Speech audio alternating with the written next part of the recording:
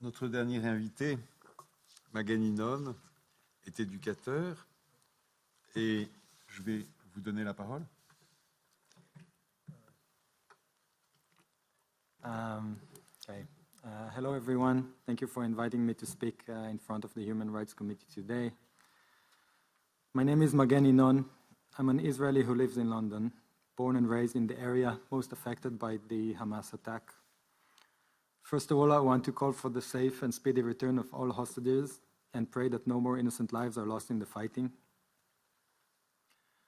On October 7th, both my parents were murdered by Hamas terrorists who attacked their village in the southern part of Israel. Their house was directly hit by a shoulder rocket, and the house burned down completely, with my parents in it.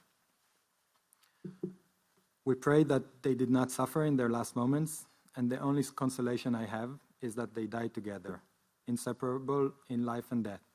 We miss them so much.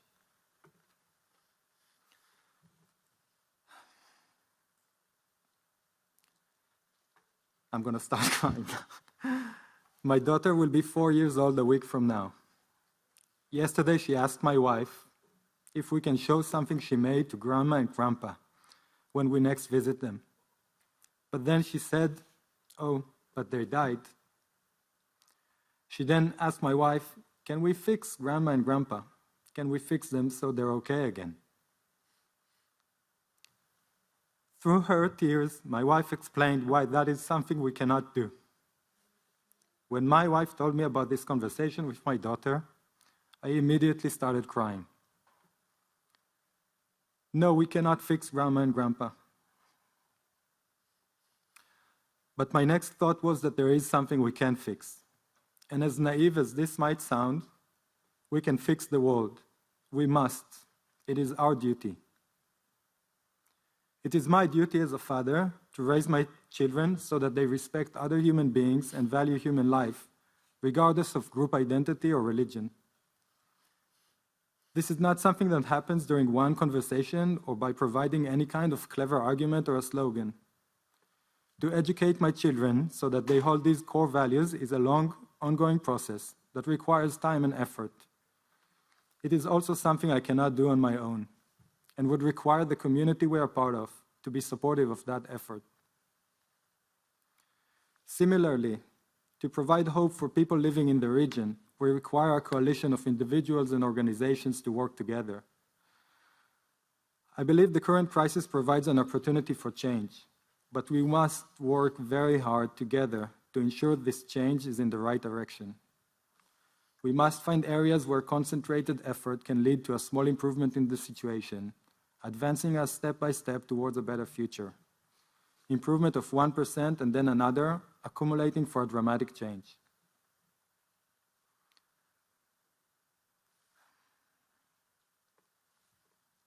Like probably some of you, I'm repeatedly asked if I'm in favor of an immediate ceasefire.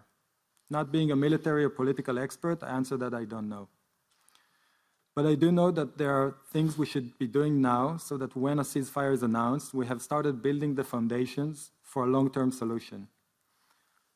I've prepared a list of some steps that I think are relevant for this committee, but I'm happy to answer any other questions and expand later here or in another venue.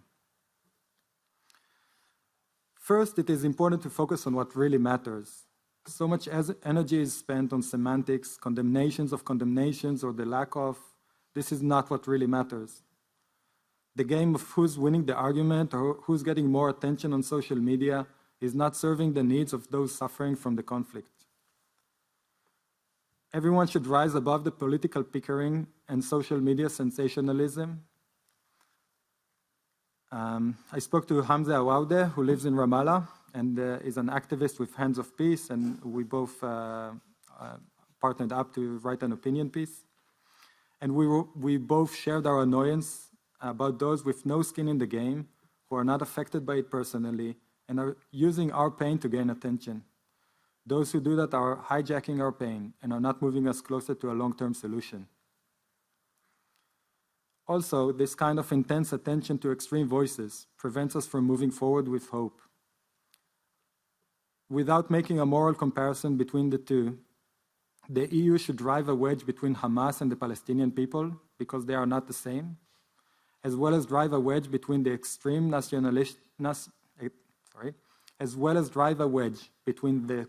nationalistic movement in Israel and the rest of the Israeli population. Extremists on both sides benefit from one another. Please do not provide them a platform to push their ideas. We must be an alternative for those on both sides that believe a shared life is possible. Last night here in Brussels, I met with a survivor of the massacre who kept her 6-month-old baby quiet behind a closed door while terrorists were in her home. She's just one friend among many I have in the area. The extent of the Hamas attack is such that Israelis are presented with new, real-life horror stories from that day again and again.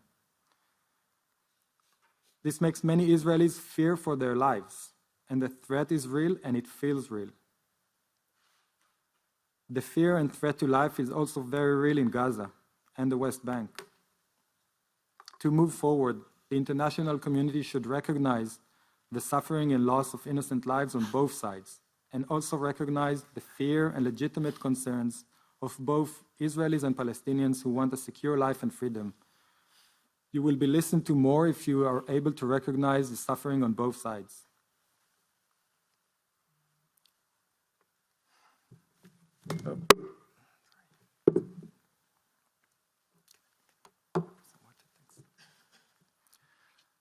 But recognition of the suffering on both sides is not enough. We need our efforts to be both top-down, as I think Eli was saying, and bottom-up, as I think Rula was explaining before. An example of such an organization that works bottom-up is Standing Together, which Rula Dawood spoke about earlier. There needs to be a concentrated effort to support such organizations in the area, both financially and by providing them a platform to share their work. We have to realize that extremists on both sides are being supported by very powerful and well-funded forces. We need the EU to counter those efforts by supporting moderates on the ground. The EU currently spends around 5 million euros a year on these initiatives and hasn't actually made any grants for almost 2 years. Just imagine what Rula could do if the EU provides some more funding to her organization. We need to see this radically scaled. In Northern Ireland, the EU played a vital role via the EU Peace Fund in investing billions of euros into organizations that build the trust, the relationships, the ideas, and the leaders that peace requires. This should happen in Israel-Palestine as well.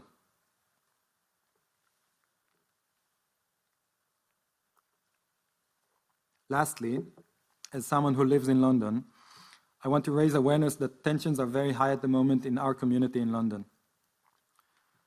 For the past few years, we have enjoyed supportive relationships with people of very different backgrounds. Since the fighting started, tensions are high, and our community has lost something important.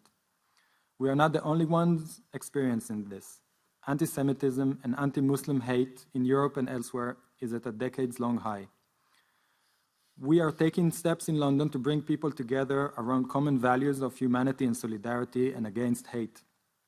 For example, this coming Sunday, together with Palestinian partners, as well as Jewish, Muslim, and Christian religious leaders, we will hold a vigil to say no to hate and yes to humanity.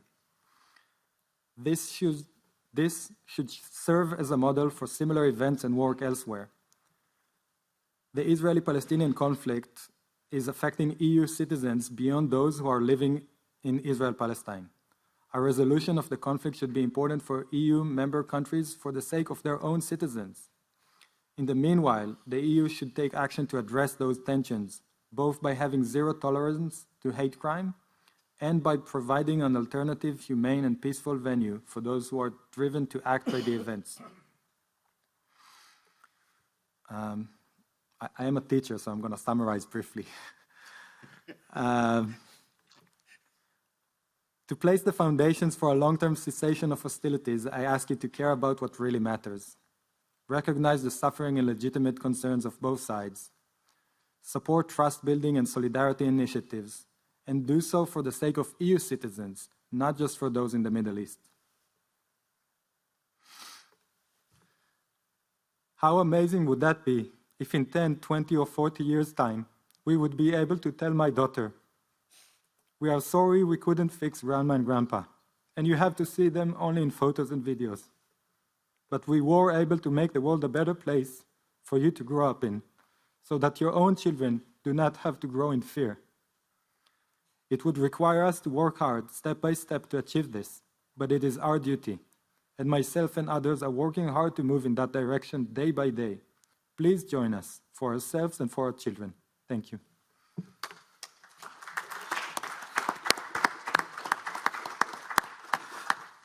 Merci, Monsieur Inon.